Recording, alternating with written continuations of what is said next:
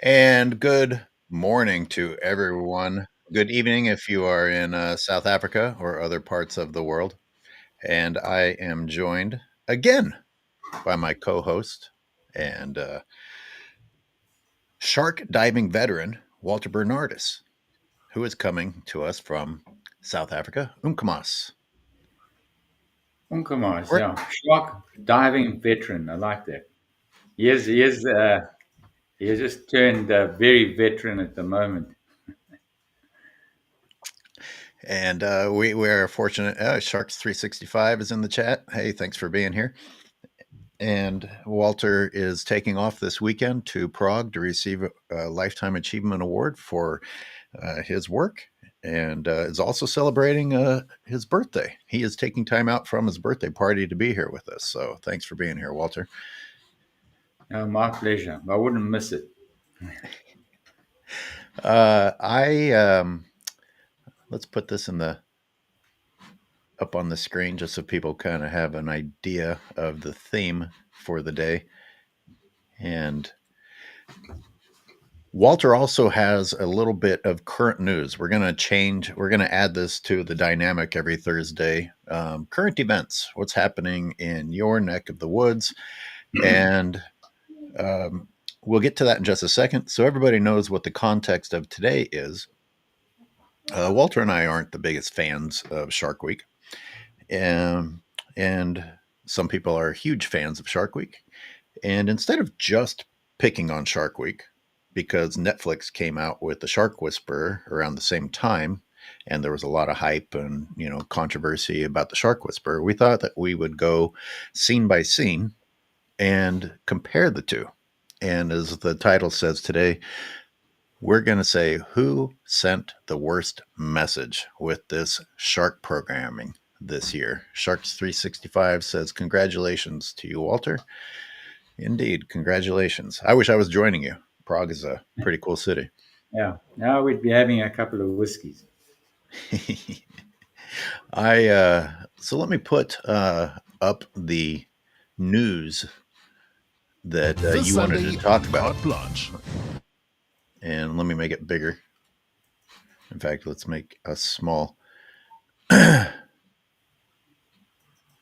This Sunday on Carte Blanche. We've seen the first shark, and we're going to get in shortly. There's the first shark. What started as a personal journey to face my fears turned into a discovery of outdated methods and protected animals dying in marine protected areas. The shark needs to reduce the number of sharks By killing them. by killing them. That's Carte Blanche this Sunday at 7, only on Mnet. Oh dear. Pretty short.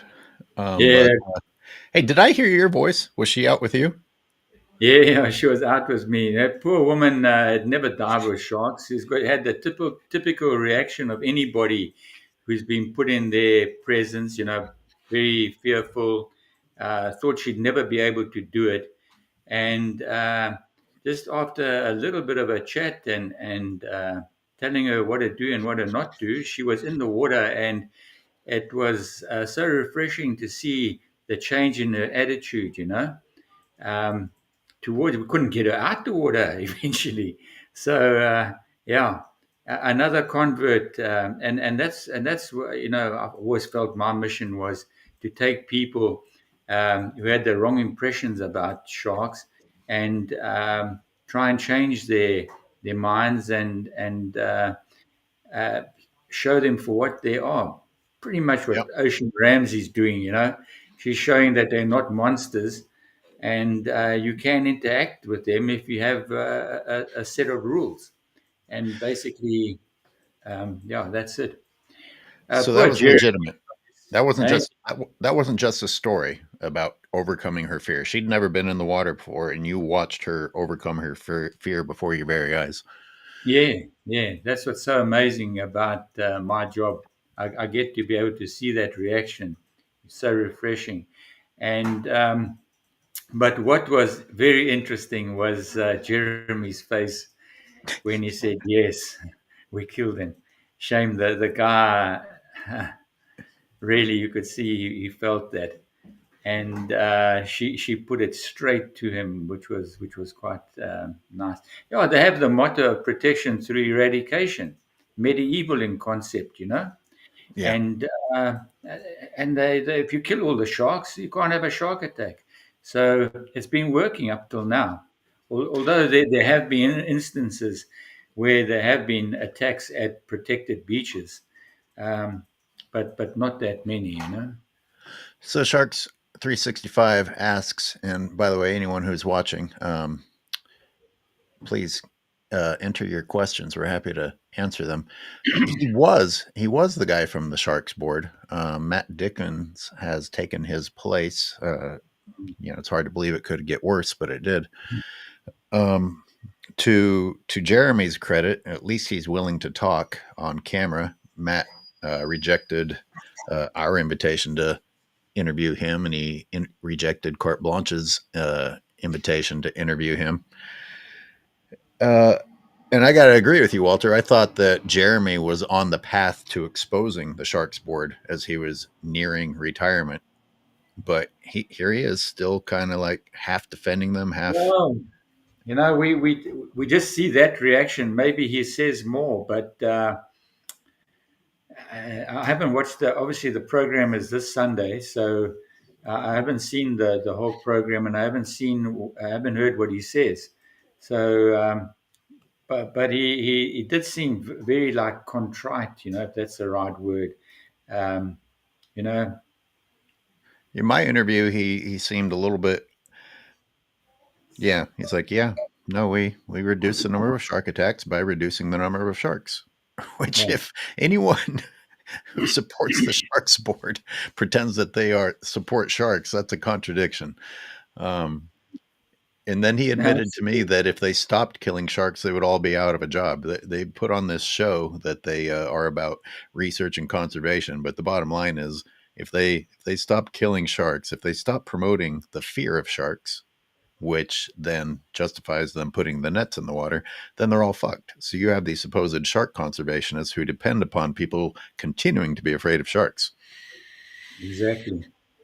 And Anyway, the other thing that they do is they have busloads of kids there, oh at God, least yeah. 3 times a week, where they brainwash into that exact mindset, and they've really beaten us to the gun, and yeah, so they're busy indoctrinating, brainwashing these little kids from an early age to make out they're the good guys. They're protecting us from these evil monsters, and you know, uh, making sure that their jobs are secure, basically. So if you didn't figure it out already, Walter actually lives where um, this was filmed. The Carte Blanche interview took place, where my documentary is was based, and where the Shark Week show is sort of kind of based. They were a little bit weird about their accuracy of their geography, which we will get into. But Right. so that's why I chose the show, this particular show from Shark Week, because I actually have a connection to it. Walter has a connection to it, and there's plenty of other shows we could have picked on from Shark Week, but that's why we're choosing this one. Um, Walter, where is the Wild Coast? How So much? one, How much of the South African coast is actually the Wild Coast? the Wild Coast is most probably only about 800 kilometers. No, even maybe less, 600 kilometers. It runs from Port Edward all the way down to the Kai River, I think. which is most probably about a 600-kilometer stretch. It's called the Wild Coast because it's well known for its rogue waves that come through there and have affected the shipping in that area, especially in the early days when the sailboats came around there. So we're talking about the Eastern Cape. The Wild Coast is within the Eastern Cape. Yeah, the Eastern Okay. Cape. All right. South Africa is a big place, and we're going to get into that. So I'm just trying to help people understand. It's not what you see on the world map, that's for sure. Yeah, Africa in general is so much bigger than what's portrayed on that world map. You know, you Yeah. can't believe it. In preparation for this show, I was looking at some of the size comparisons, and the United States fits into a small upper left section of the entire continent. Yeah. I'm currently in the process of watching that one shark documentary, Great White Reign of Terror. Oh boy. Well, I hate to spoil it for you, but we're getting into it today. Without further ado, let's play the clips that I have prepared. And let's see, I've got okay.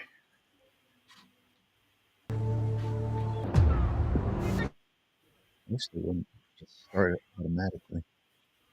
I'm going to make us small so everyone can fully enjoy the drama here. And everybody ready? All right. First, we're looking at Reign of Terror. And I've chopped it up just a tiny bit, but this is to try and avoid copyright issues. But this is essentially the first couple of minutes.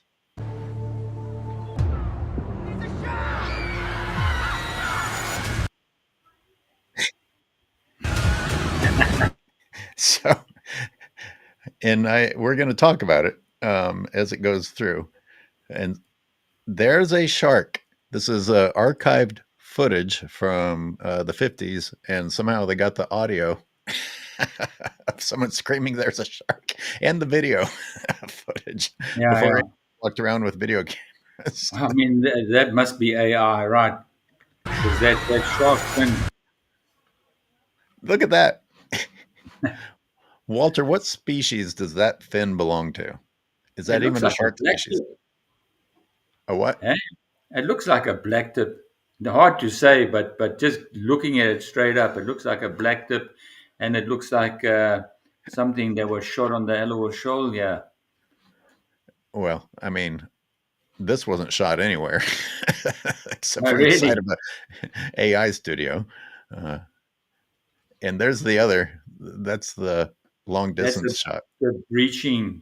That's the great white breaching with the Galapagos. The sandbar shark dorsal.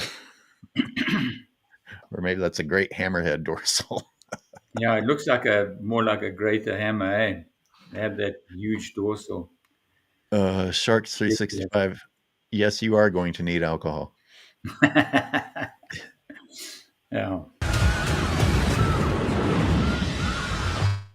We are seconds in and we've got blood, but I want people to understand that we just went from a CGI shot of sharks at a beach that they weren't at to an actual shot of a shark preying upon its natural prey, a pinniped. I can't tell from here since it's being ripped apart, but I'm guessing that's a Cape fur seal.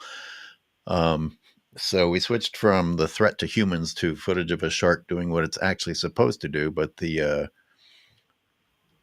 implication is taking a swimmer, right? Right. The implication of fear was accomplished, I am guessing. That's it. Anything else you want to say before we go on to the next couple of seconds? Yeah, no, it's just I'm like speechless.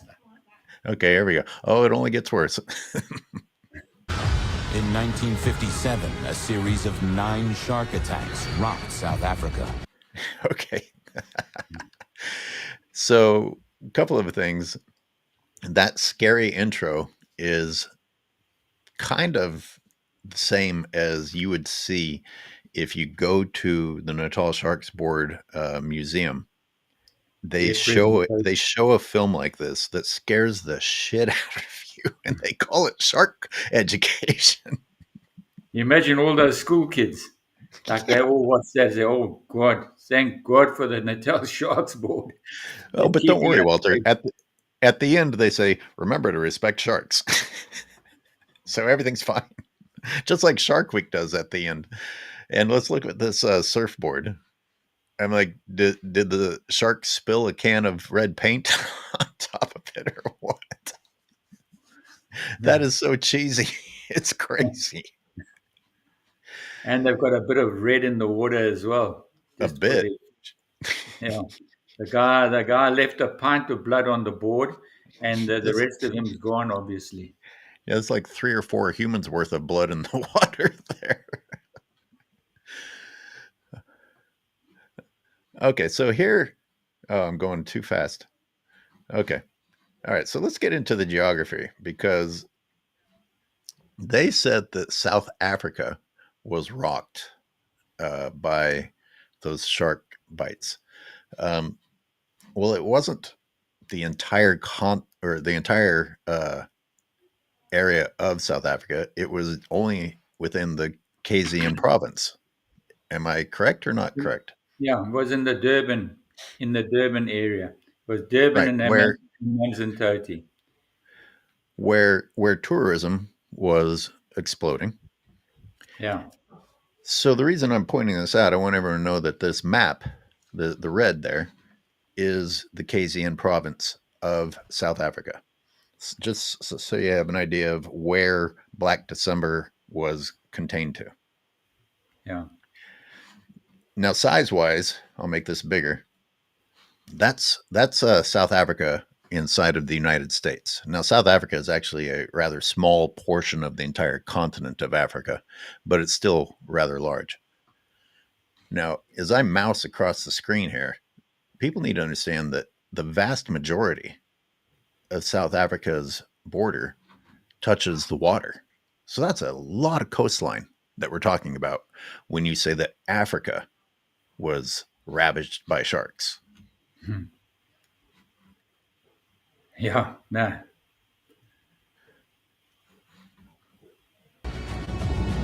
6 people dead in only 5 months. I'm going to talk about Ryan Johnson's enthusiasm there to deliver that line. Like, how excited is he to scare the shit out of people? Yeah, yeah. 6 dead in 5 months. Is that what he said? That's what he said. And he He says it sounded was pretty happy about it too. yeah. Well, it's true. It's a true story. There were 6 dead in 5 months.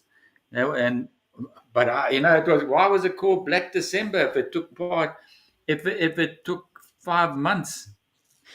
I'm a bit confused as to that statement. But anyway, it was Black December because the attacks occurred mainly over that month, Yeah. and mainly in the Durban and Amanzimtoti area, which happened to be a whaling station, the biggest Norwegian whaling station outside of Norway, based on the bluff in the Durban harbour. So the whales were brought into the Durban harbour and then loaded um, onto like little train things and brought around to the whaling station that was more around the bluff sort of area and processed.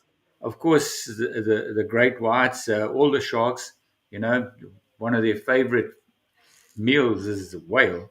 And if there's a dead whale around, you've seen the footage. There's no sharks that can resist that feed. So, of course, there were a large influx of sharks in the area because of the whaling. And it coincided with December, which is our holiday time, our summer holidays, where all the upcountry people flock down to the beaches in Durban and Amanzimtoti to go swimming. Um, at the same time, you have our rainfall, which is pretty high over that period, and you have all the rivers coming down with dirty water. making the coastal regions very murky, especially inshore, which is conducive to shark attacks, especially from Zambesis who love that sort of those conditions inshore and murky.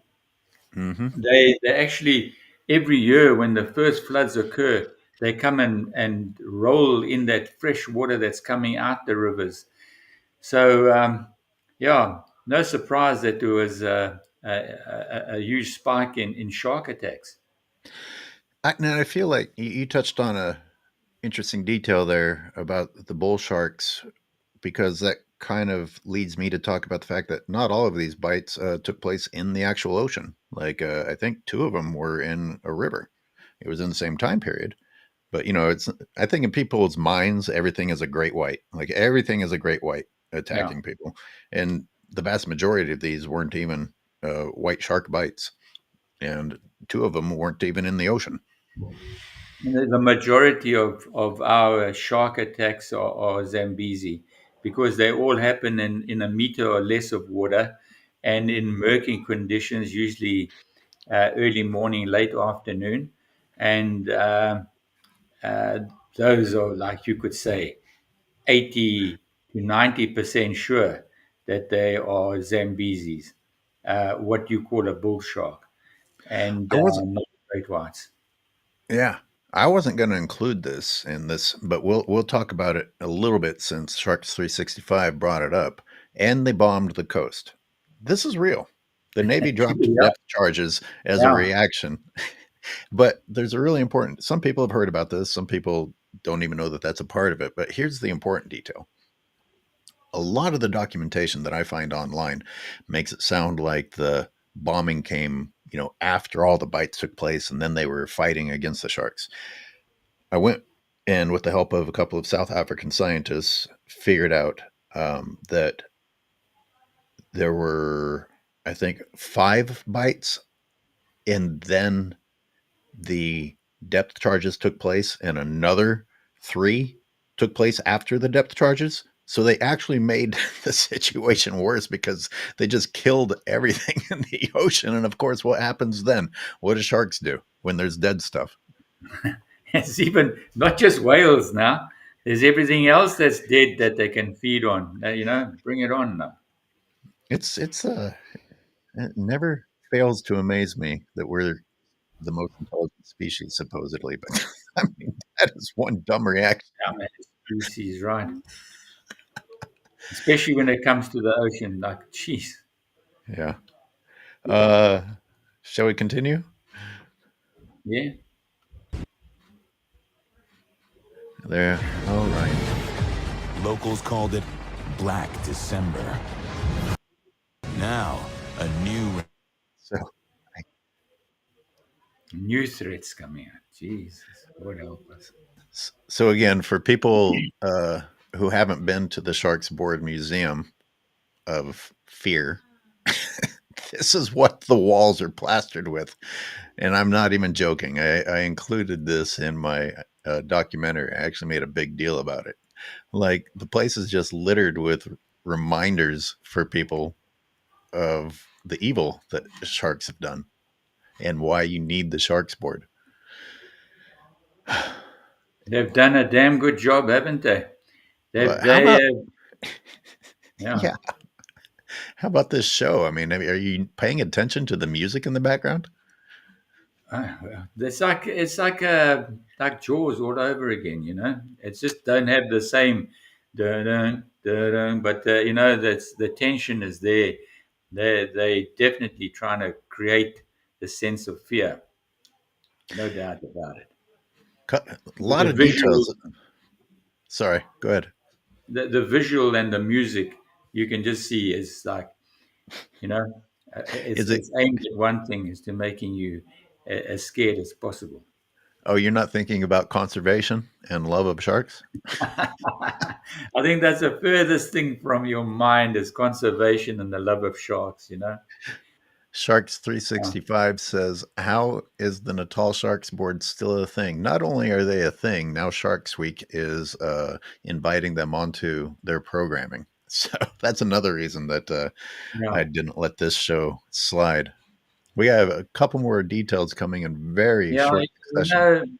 know, the only reason that they're still there is because as long as the dead shark is worth more than the live shark, you're going to have institutions like this that are going to thrive, and have a look at what a dead shark's worth, and have a look what the live shark's worth. So live sharks, you've got your tourism, and that's about it. You've got a few uh, sensible people that realize that even if there isn't tourism, their place in the ecosystem is very important, because take them out of the ecosystem and the unbalance is going to upset the whole apple cart, which is going to be detrimental to all of us. On the other hand, you've got the dead shark, and you just look at Durban, look at a small town like Skopje. When you look back at Skopje from the sea, all you see is high rises. Mm, There's blocks of flats, there's condominiums, there's restaurants, there's you name it. And the only reason they're there is because there's a protected beach. They rely on the dead shark. Now, you tell any one of those businessmen, listen, we're taking away those shark nets, and they have an absolute meltdown. mm. Because what do they see? They see their business going under, because suddenly they're not going to have any more tourists. Tourists are going to be too fearful to go and swim, because they're going to get ripped to pieces. What are the chances of them getting ripped to pieces? You can tell them all day long that, in the whole world, maybe you have 12 shark attacks a year, of which 2 or 3 are fatal. Um, in their trip down to the coast, there's maybe a couple of hundred that die every Easter, every December. In road accidents, people are maimed, people the whole families are wiped out, but nobody cares about that. Nobody Nope. reports that.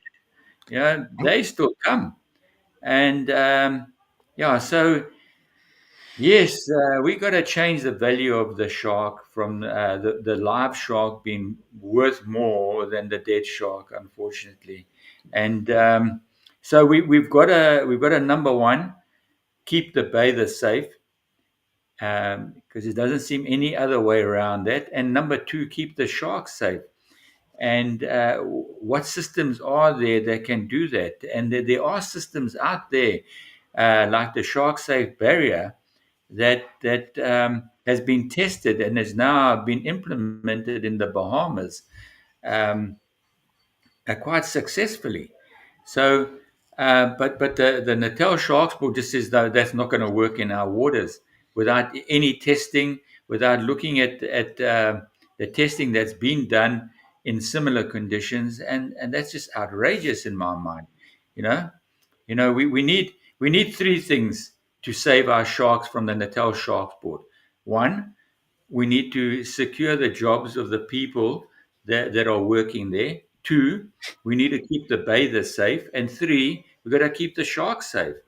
Um, those are the three things we've got to tick the boxes in. So, as far as the personnel goes, it could easily be redirected into some kind of marine protection and patrolling, control, making sure that the fishermen have got their permits and they're not taking too many fish, Oh, etc., stop etc. it! Now you're really living in a fantasy world. The government funding comes when it's time to kill, not when it's time to regulate rules. Yeah, look, it's been so um, malaligned that it's going to be difficult to change their minds. But I'm telling you, there is a huge amount of pressure coming down on the Natal Sharks board at the moment. The Well, the, in the in initial response, in response, they're getting more emotional with their propaganda. They're talking about, well, our duty. We're trying to keep humans alive. How dare you villainize us? It's a Look, their position is indefensible. Let's face it. Protection through eradication. I mean, who has that as their company motto, slogan, whatever you want to call it? It's absolutely outdated. Maybe in the old days you could get away with saying something like that. Not today. Not with what we're doing to our ocean. 70% of our sharks and rays are gone. They've been exterminated. And this is going on day in, day out, day in and day out.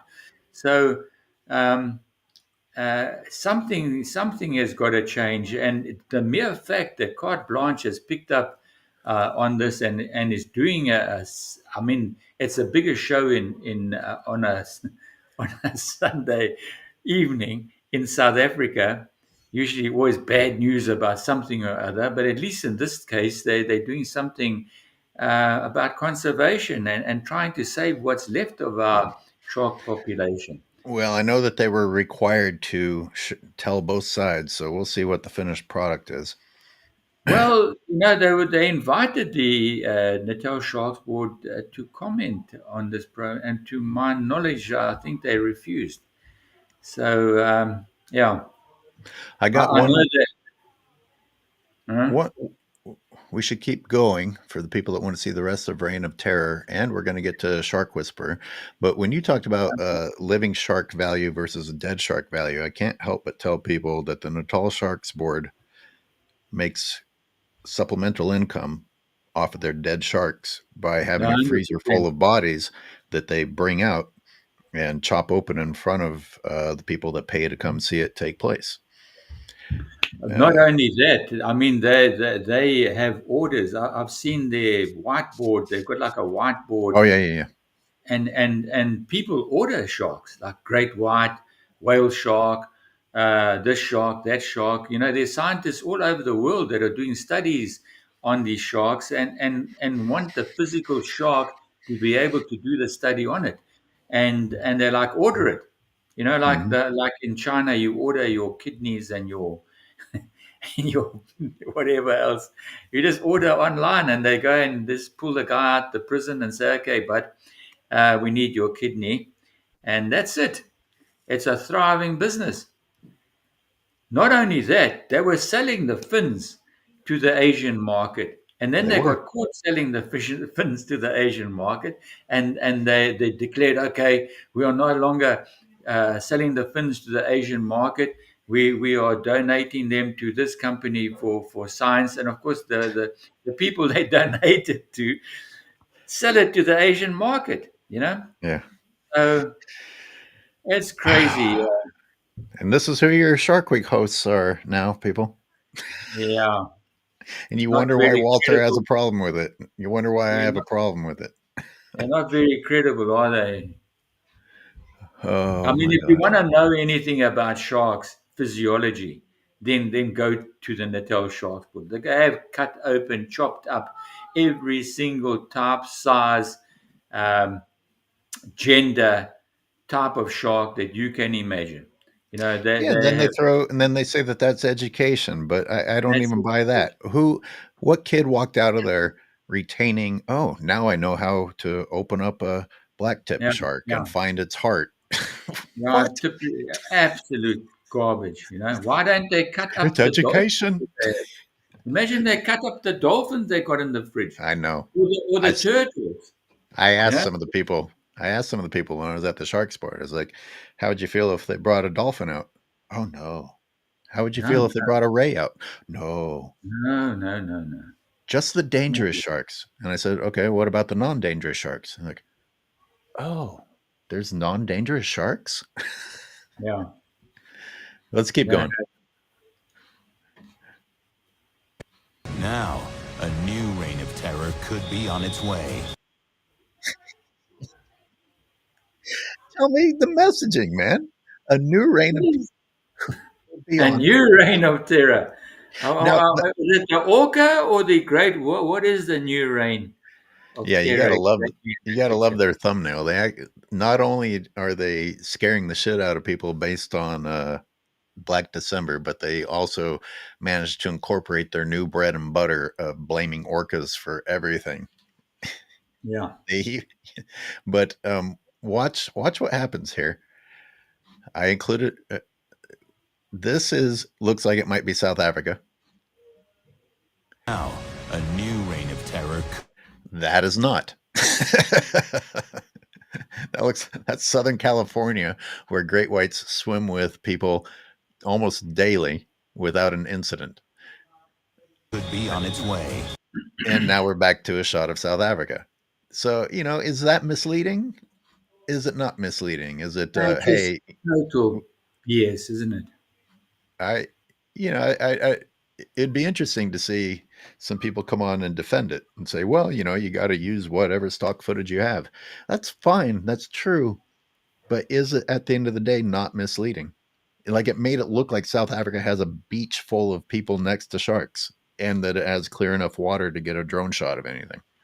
Look, it does happen. We have places like Cape in the Cape province, especially Jeffreys Bay, etc., etc., where there's a lot of surfers out, and there's often sharks, spotted swimming amongst the surfers, and nothing happens, But well, it's just absolute garbage. You know. I'm starting to see the echoes of a new Black December happening here.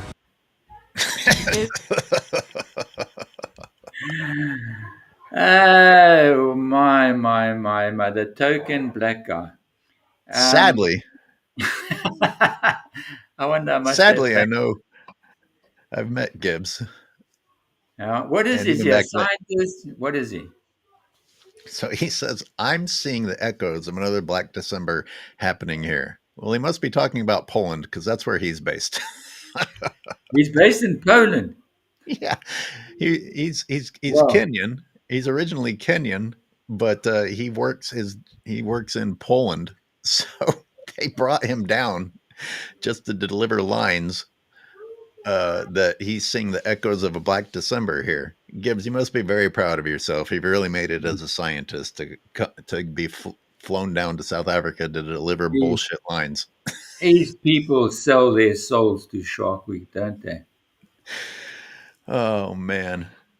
For a few, for a what is it? Like, jeez.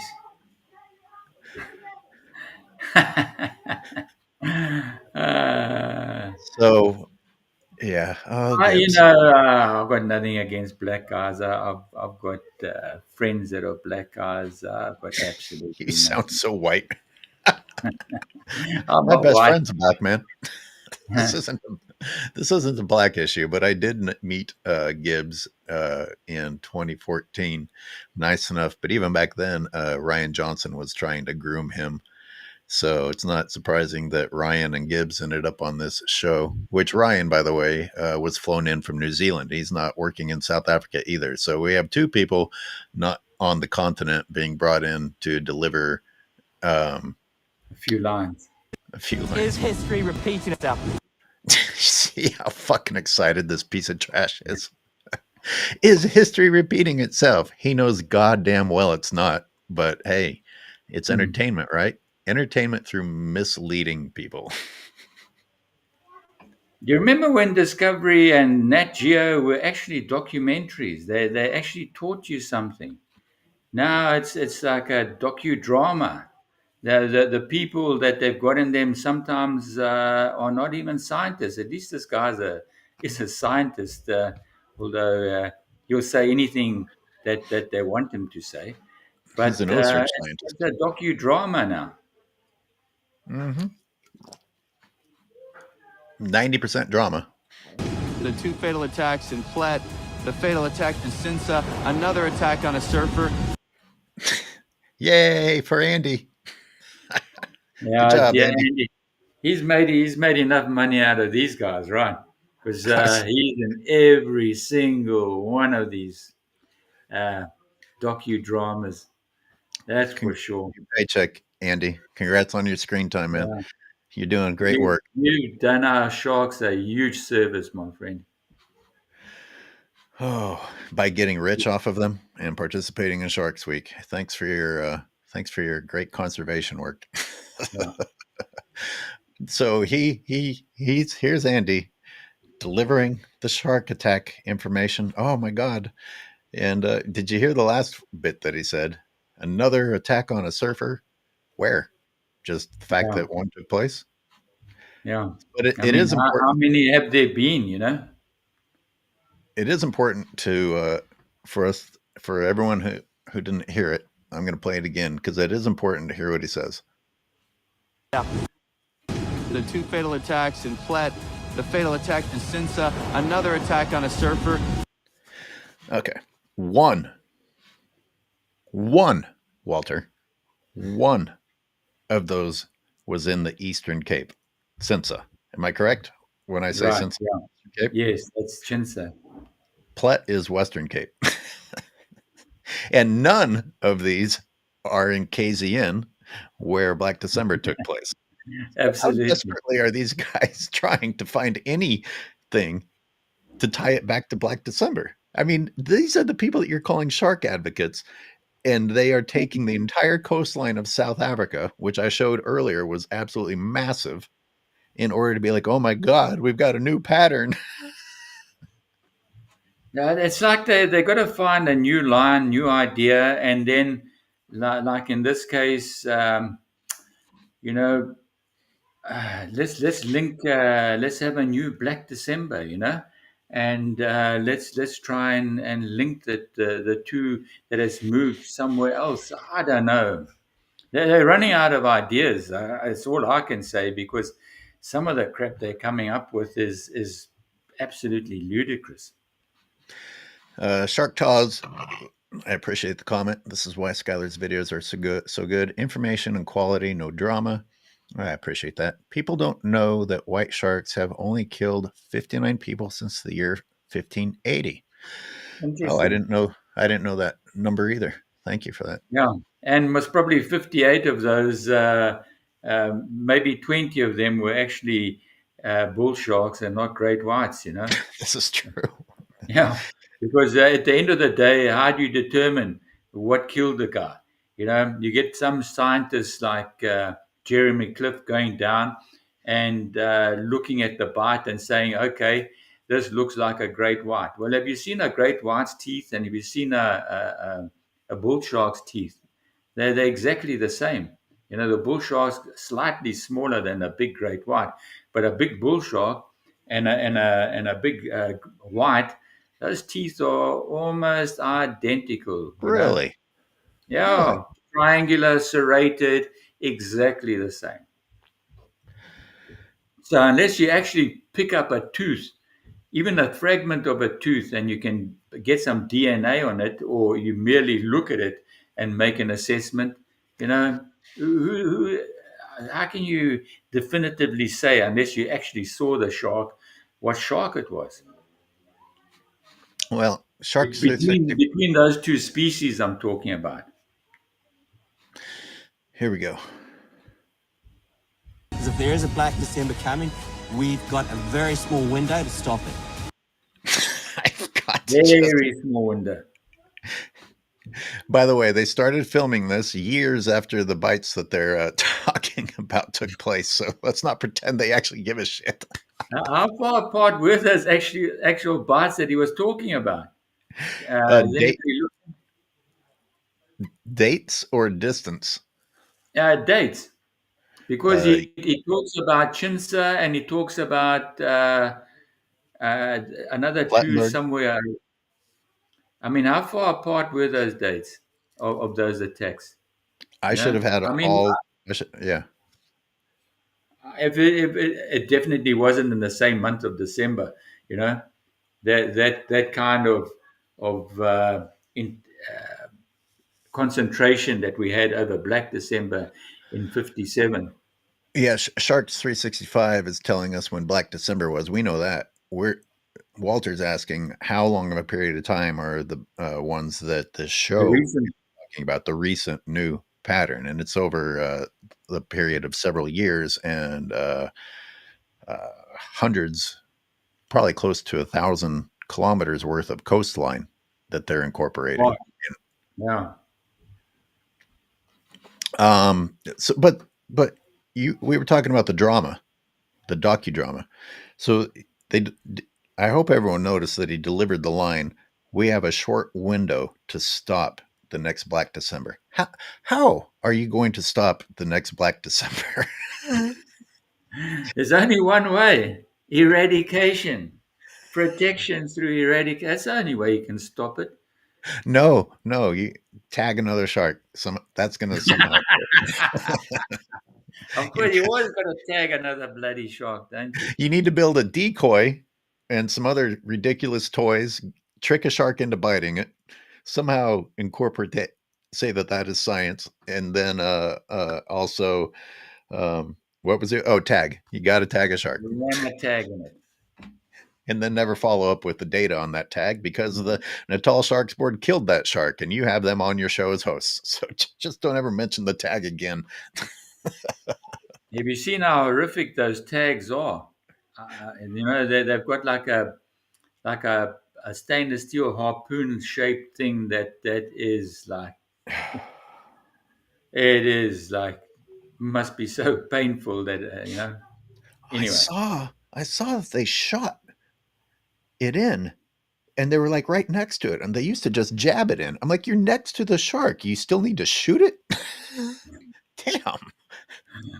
well, We will get into that footage today, but we will. Now that you mention it.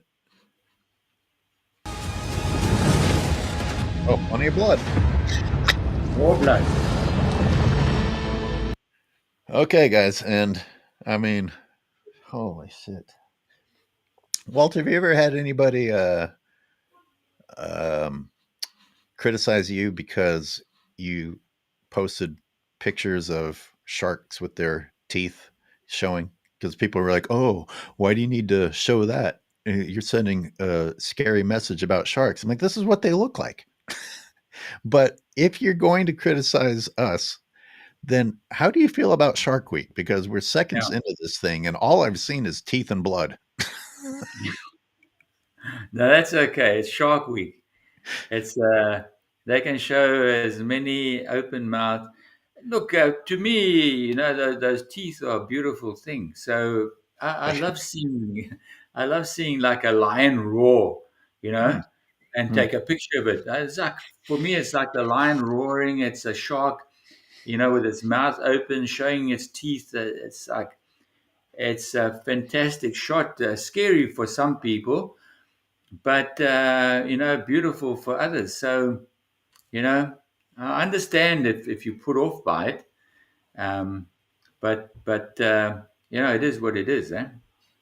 Predatory carnivorous teeth, such as the canines, are pretty cool to look at. And by the way, humans, you do not have them. Maybe that's why you think looking at other animals' teeth is so cool.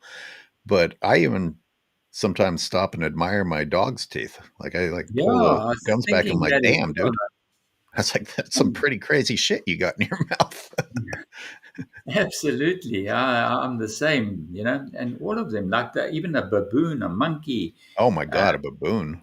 Whew. oh, those things are like fantastic teeth on them, and you either like that kind of thing or you don't. You know, but yeah, you must understand that that's a setup shot. You know.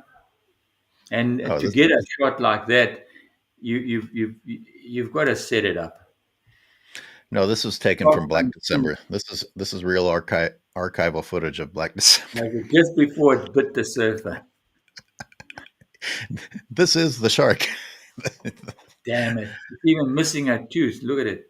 Yeah, several. What's that in its mouth? A camera. What the hell is that? Anyway, uh, once again, um, once again, I've got the very quick shot of South Africa and compare that to the east coast of the United States of America. Except remember that you have to continue this line all the way around to about here, and that's all touching the ocean, right, Walter? yeah. Okay, so that's Massive coastline. massive coastline.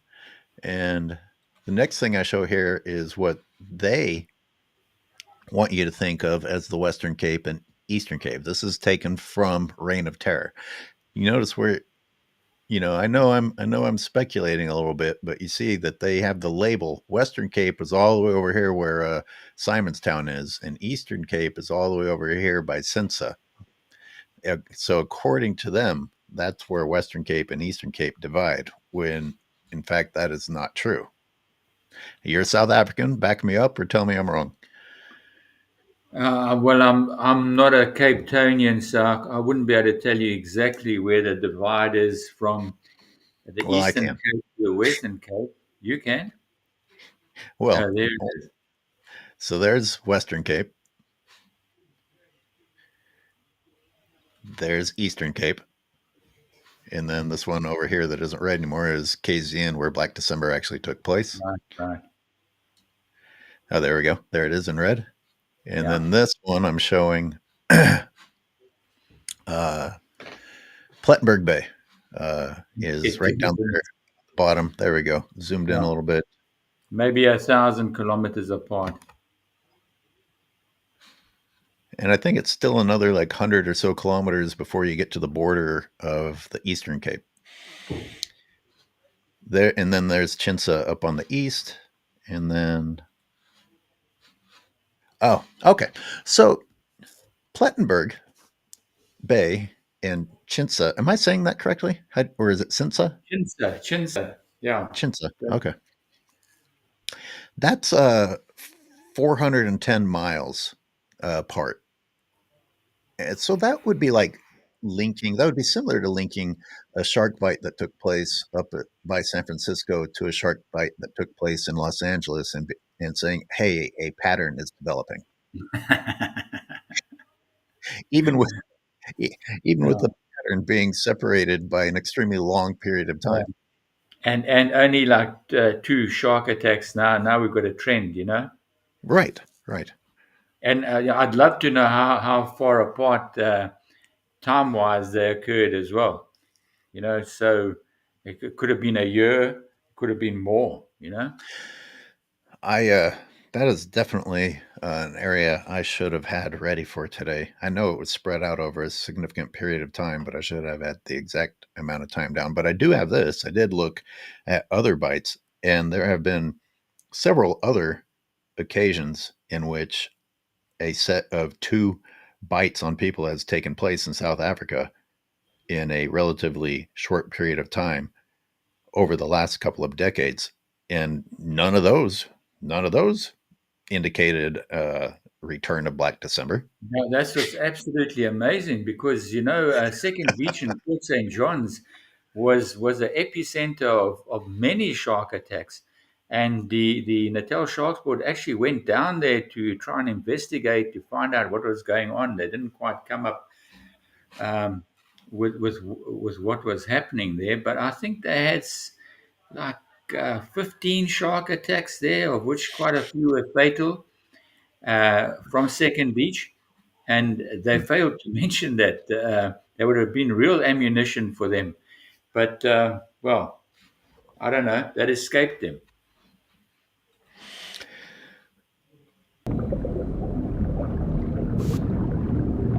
Now we're moving on to this is the beginning of Shark Whisperer, and this is how it started. Okay. And granted, they're not like playing pretty piano music or anything. There's a tiny overtone of drama here.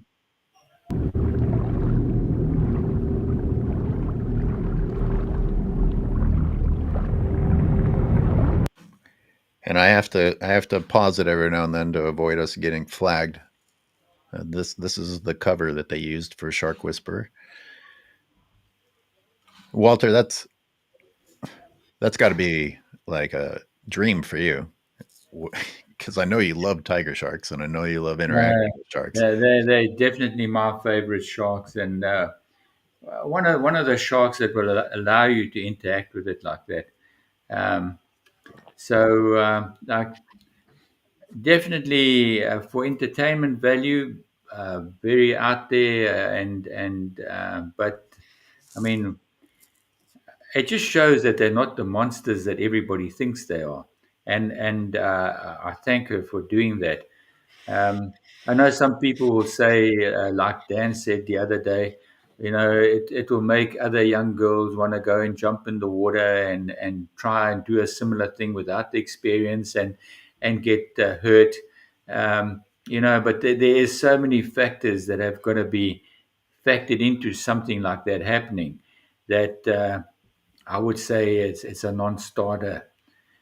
First of all, you've got to get into a position that she's in where she knows where those sharks are, and being able to go out and interacting with them. You've got to have a boat. You've got to have, quite a few things. But if I just look around here, and the impact that she's had on some of the young girls that we see come and do free diving, they all tie their hair the same way as she does. They wear similar wetsuits, and they're just going out and loving the ocean and free diving, and that's the impact she's had. Um, and thank her for that. Definitely, I would choose that above the docudrama that Shark Week's coming up with, and scaring the pants off everybody. Yeah, if we were to simplify this, we got one. Like if people were gonna condemn Shark Whisperer, they'd be like, "Oh, you're telling everybody that it's fine to just jump in the water with sharks," which is an exaggeration. But let's say that that's what that message is. Well, Shark Week's message is, if you go in the ocean, you'll die. So Yeah. you've got some Unless extreme. unless you go at a Natal Shark Sport protected beach, in which case you'll be all right. Right, right. And so the way to go in the ocean is to eradicate sharks, and this is the positive message. Yeah, no, it's crazy. It's Now you said absolutely crazy. you used the word allow, and I want to spend a second on that. You said that tiger sharks are one of the species that will allow you to do this. Are they allowing it, or are you just figuring out how to get away with it? They seem to be an inquisitive shark, pretty much like the oceanic whitetip, the Longimanus. They're very inquisitive, and they'll swim up to you. But at the same time, it is such a shy, cautious shark that you cannot believe. It's almost strange, attaching words like that to a shark: shy, Mm, mm, cautious, mm. and it really is like that. And she's just using that sort of nature to just play with them. That's what she's doing. She's playing with them like you would play with a dog. That's what we started doing in the late 80s and 90s, before she ever came up with this. We were playing with tigers, um, you know, and having this kind of interaction with them all the time. The fact that there's no more tigers in on the LO Shoal is a testament to how successful the Natal Shark Sport have been. They have wiped out the stock, or our stock, every year that would return to the LO Shoal. Every November, they would kill between 8 and 18 tiger sharks um, in their nets at Scopra. Um, so, Matt Dickin doesn't agree with you. He says that there is still plenty of tiger sharks, and you know how oh he no, knows that. there's You know how he hundreds, knows it because there's absolutely hundreds. If we go through the no season, wait. You know what his evidence is? yeah, They're killing a lot. I'm not, yeah. Oh, we're still damn. a lot of tiger sharks, so there's no There's a way. lot of tiger sharks because we're killing a lot in the nets. No, it's These are our, tragic, really this is tragic. who's on Shark Week now, people. But with the exception of the great hammerhead, when I go diving in the Bahamas, I would say the tiger shark takes the longest to become comfortable and approach. A lot of the other species are happy to come right in. And the tiger, once he's in there and once he decides he's comfortable, is a great player shark, as you mentioned. Yeah, yeah, But it takes them a while yeah. to warm up.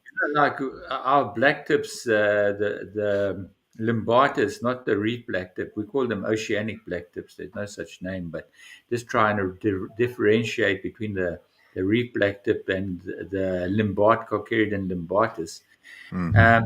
They have got they're not shy at all. They fast, they're in there, they're right in your face, they don't give a damn. But the tiger really, he's, like I said, he's shy, he's cautious, he takes his time or her time. They're mostly females. Very rare we see a male, even with the black tips. Um, they like to suss the whole situation out very carefully before they come in and start interacting. Shall we get a few more seconds into this one? All righty.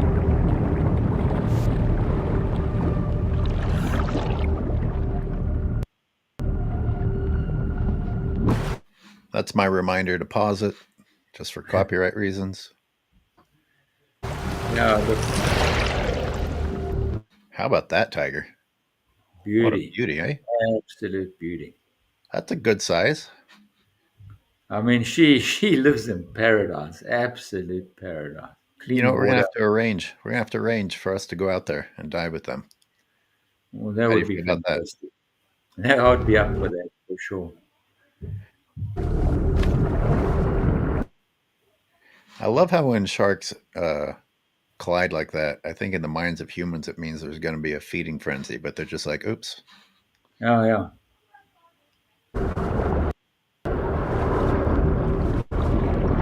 All right, so just so I don't seem horrifically biased, I do acknowledge that the music is overly dramatic.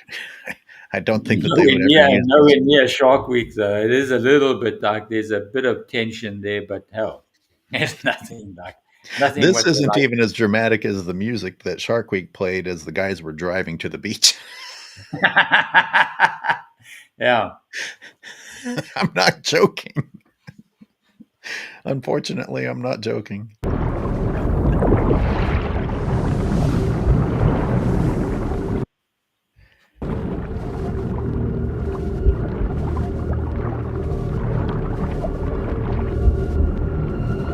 Okay, so now, again, to criticize anything that I possibly can. This is maybe an unnecessary shot. This is a Jaws-ish shot. This is oh, look how fragile humans are up at the surface type of thing. I would be surprised if they wanted this shot in, but it's extending the scene, and at least in people's minds, who the opening scene from Jaws was very effective on, because the opening scene from Jaws used things like this a lot. Whether this was the intent or not, there's people out there that somewhere deep inside, they're like, man, we're not at the top of the food chain, and they don't like it. Because when you're floating at the surface above a shark, you're definitely in a compromised position. Oh, you definitely are. Yeah, we definitely not the top of the food chain in the water. They are.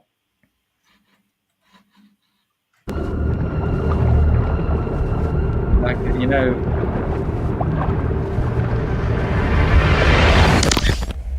yeah, look, you act like food, they're gonna act like predator. Simple. Yeah, you can see she started pedaling away like Mm-hmm. what prey would do, run, and the shark acts like predator. It chases, and then she deflects for entertainment value and for looking at reactions. Um, Quite educational, maybe if that's what you're looking at, but um, the basic rules that we came up with right in the beginning, don't look like food and don't act like food, apply.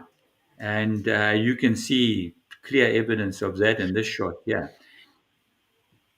So, they, again, drama, I guess it's what keeps people watching. But if I'm going to criticize both, and I want to reach for criticism here, they made it look like, oh no, oh my God, is she about to be bitten, by cutting away at the last moment.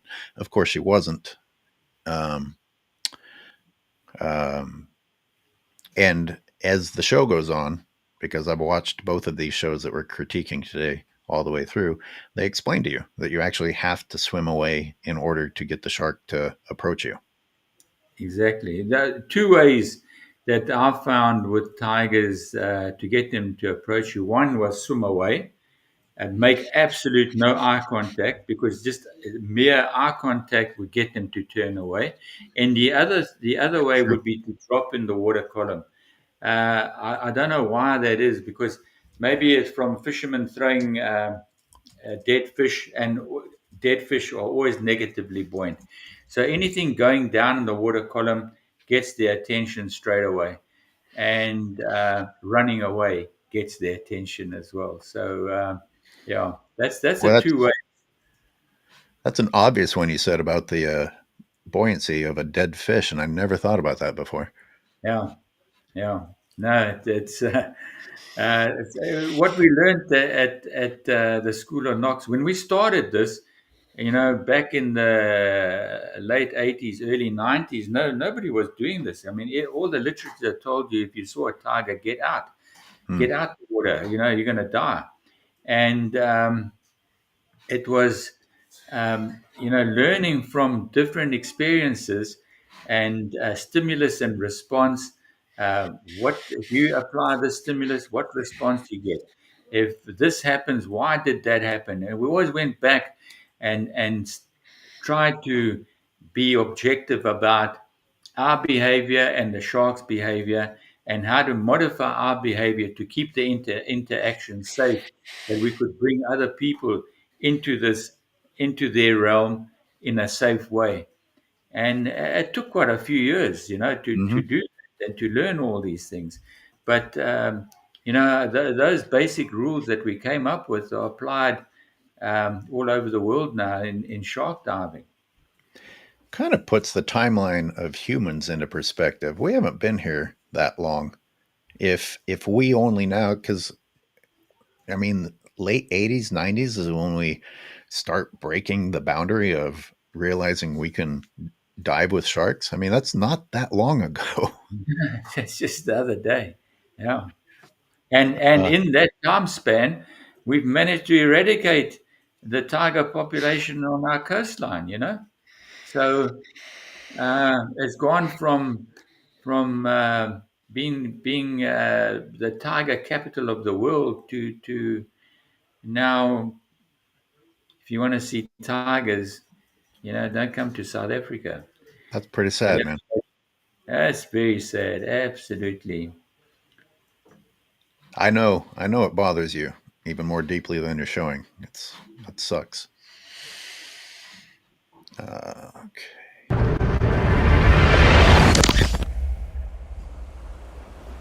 Okay, so then.